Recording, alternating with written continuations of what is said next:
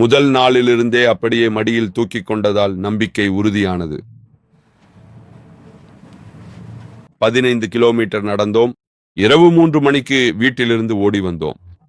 15 kilometre நடந்த பிறகு சங்கர்ஜி கோவில் வந்தது. அப்போது குழந்தைகள் வயது 12, பசி கொண்டிருந்தோம். வீட்டில் குழந்தைகளுக்கான போஜனம் கிடைத்துவிடும். இப்போது இங்கே யார் குழந்தைகளுக்கான போஜனம் தருவார்கள்? ராஜ போஜன நேரம் மதியம் 12 மணி. இப்போது அங்கே யார் இருக்கிறார்கள்? அந்த சங்கர்ஜியின் பெரிய கோவில் அந்த காட்டில் உள்ளது. நந்தேஸ்வர் மகாதேவ் மிகவும் பிரபலமான மகாதேவர். அங்கே உட்கார்ந்திருந்தோம். மதியம் 12 மணி இருக்கும். 2:30 மணிக்கு நாங்கள் யோசித்துக் கொண்டிருந்தோம். வீட்டில் அம்மா சாப்பாடு பரிமாறுவார். இங்கே யார் தருவார்கள்? பல கேள்விகள் மனதில் தொந்தரவு செய்தன.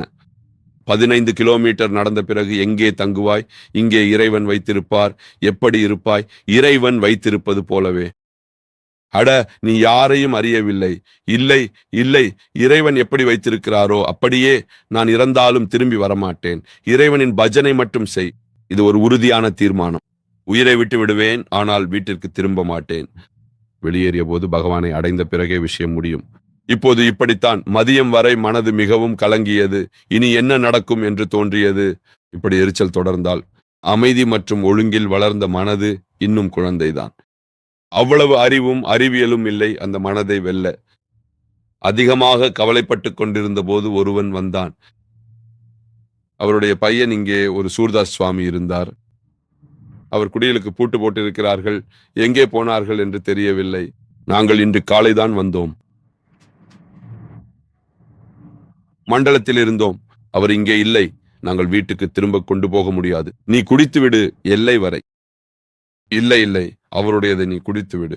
நாங்கள் கொண்டு வந்தது மட்டும்தான் ஊரிலிருந்து பசுமாடு, தயிர், இனிப்பு மற்றும் 1 லிட்டர், சுவா லிட்டர். எங்களுக்கு ஒரு சிறிய கீதா, குஷாசனம் மற்றும் ஒரு பித்தளை குடம் எடுத்துக்கொண்டு வீட்டிலிருந்து ஓடி வந்தோம். அதே மாதிரி அந்த குடம் 36 குடம். அது ஒரு சிறிய குடம் தான். நிறைய குடித்துட்டோம். மனம் திருப்தி அடைந்தது.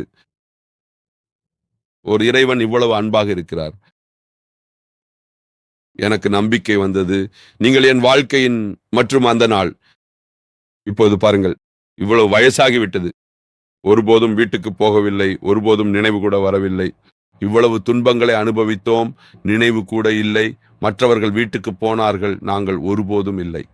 இறைவனுடன் சண்டை போட்டுக் கொண்டே இருந்தோம். தொடர்ந்து பிறகு விஷயம் சரியாகிவிட்டது. தோத்துவிட்டால் இந்த பாதையில செல்ல முடியாது. இதுல சண்டை போட வேண்டியதுதான். ஏன்னா மனம் விஷயங்களில் ஈடுபட்டிருக்கிறது.